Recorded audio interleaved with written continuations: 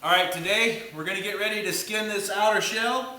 What I want to do first is I got some raw metal here, so I want to scuff it up with a little red Scotch-Brite pad, which I've already done. Then I'm going to go over it with a primer to seal the metal. Then I'm going to go over it with a sealer that's going to seal all of the metal through the primer, and then I'm going to go over it with an undercoating to protect all of the inside structure where all the metal is, because once we get the skin on here, we don't have access to any of this. So I want to seal all the spots where we've done the welding on the inside so it doesn't rust away. So I'm going to get started here. Okay. Our first step, we're going to take some of the sealer.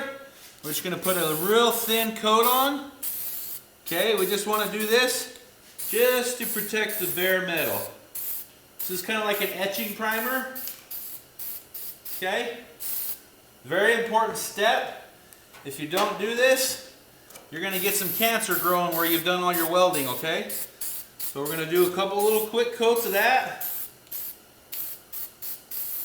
We'll come back and put the protector on. Now we've got our sealer, and we're just going to brush on all the big welds where we did some welding. Okay, so we want to make sure that we have good adhesion. This is really our protection. Then after we're done with this, we'll go over with a rubberized undercoating to even give us some more protection, okay? So this is a very, very important step. You don't want to overlook this.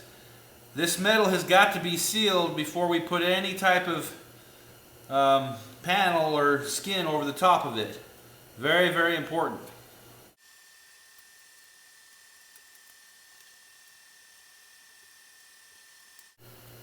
Alright, now that I've got that all done and sealed up, I'm going to go over the top of this with a undercoating, because there's certain places, like up in here, that I can't get. And using the aerosol undercoating, that'll help get underneath there. So I'll show you how to do that. Alright, now I've got my aerosol undercoating. Now this is just to basically cover any of the areas that I can't get to with the, the little circle brush thing that I was just using. So this is just kind of a fill-in.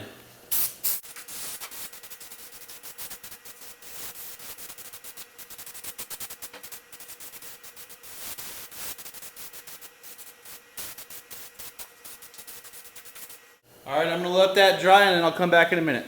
Alright, I got this all sealed up. Put some etching primer down first. Then I put some sealer. And I followed it up with some undercoating. So that's what we got. So now that's ready for the skin, which is right here. I still have to weld in the gas door. Actually, I think the gas door is over here. So here's the gas door. I got to take that off of there, and then I got to weld it in right here. So I'm going to do that.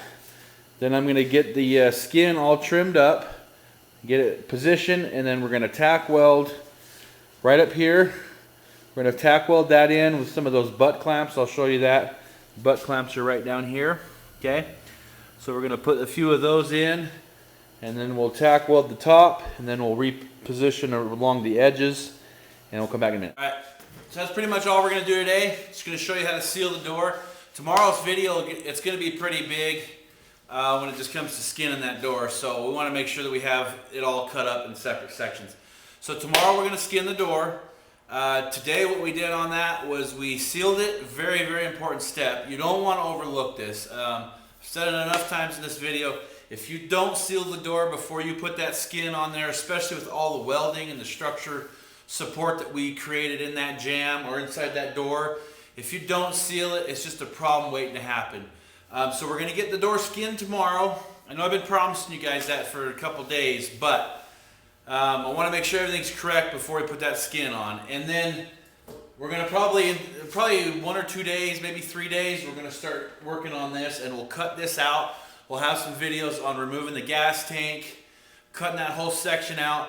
Now that we know exactly what to expect, we're going to start working on all of this and pulling all that inner structure out so that we can get this door put into place. Because we've made this door custom, we're going to have to make the jamb around the door. So now that the door is pretty much ready after we put the skin on, then we can position it, cut what we need to, do the structure reinforcement, and that's when it's going to actually get hard.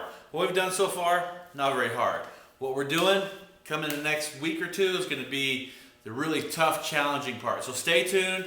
We'll see you on the next videos, and like these videos if you're enjoying what you're seeing. Like them. Actually, I think I'm going to do a tool of the day. Let me see.